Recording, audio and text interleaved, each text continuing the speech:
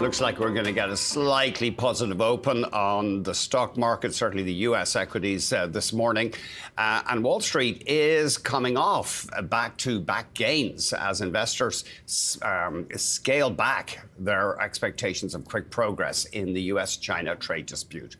Our guest says Canadian and US companies have yet to feel fully the impact of tariffs because, of course, there was front-loading of orders to build up inventories. We're joined now by Christine Tan, Portfolio Manager at Sun Life's SLGI Asset Management. Thanks so much for joining us as ever, Christine. Good morning. It's great to be here. Thank you. And that is interesting. I see that the price increases are still coming, but you say we've got lots more in store. Wouldn't say there's lots more in store. So far, we haven't seen a meaningful increase in prices in stores so far. I mean, obviously, some of the faster moving items like groceries, anything that's perishable, it is transmitting much quicker. But if you think of, toys or cars and things like that, it's still kind of working its way through the system. And a big part of that is we see that in the trade data, there's been a lot of front loading. So basically companies saying, you know what, let's order the next few months of inventory.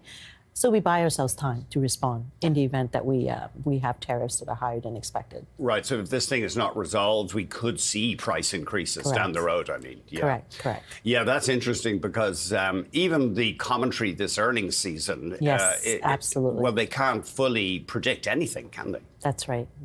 So we've seen sort of commentary fall into three buckets, if I can sort of loosely use groups. Sure. The first would be like some of the U.S. banks basically said, we're going to maintain for now.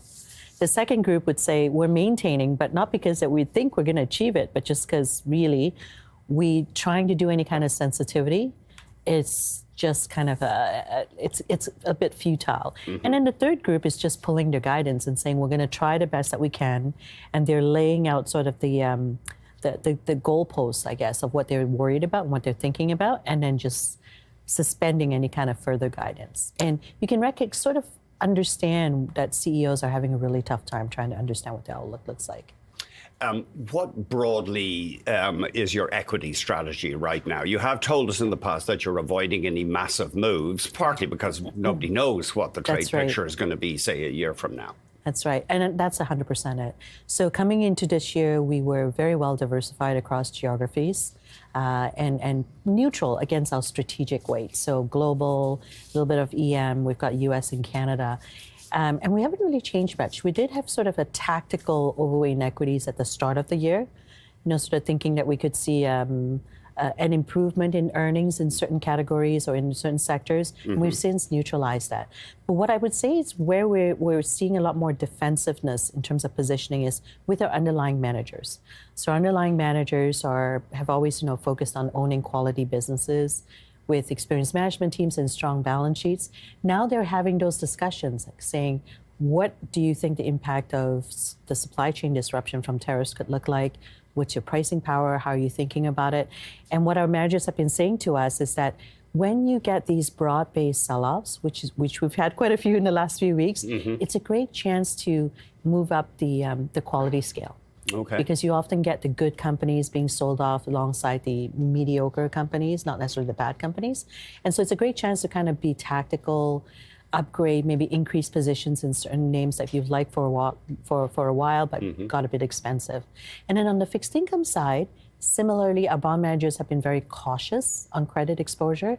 So really sitting up at the highest end of the credit rating spectrum, if you will.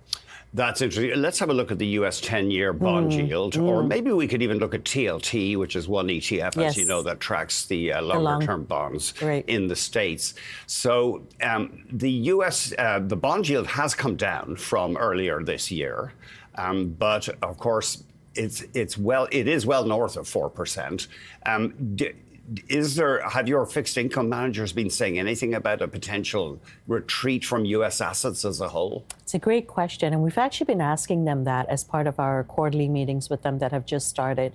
And what they would say is, first of all, it's really hard to really identify exactly who's selling. That's one thing. Mm-hmm. They do think a lot of the pullback that you've seen in Treasury holdings comes from the basis trade. So it's really hedge funds that, our own treasuries, and maybe we're funding it with Japanese yen because it's we're borrowing in Japanese yen because the interest rates there are so much lower. Or arbitrage. Sorry, the or any difference kind of arbitrage between the spot and the future. That's right. Right. That's yeah. right. Sorry. So they think part of it is just that unwind, that sort of causing the backup, and then of course as yields back up more, you might trigger more of an unwind. They don't believe that we've seen meaningful selling from some of the central banks globally, but certainly, one thing we've noted is something that feels different this time around is when the markets are selling off, when there are concerns in the broader global equity markets, you're no longer seeing dollar strength. You're no longer seeing treasury strength.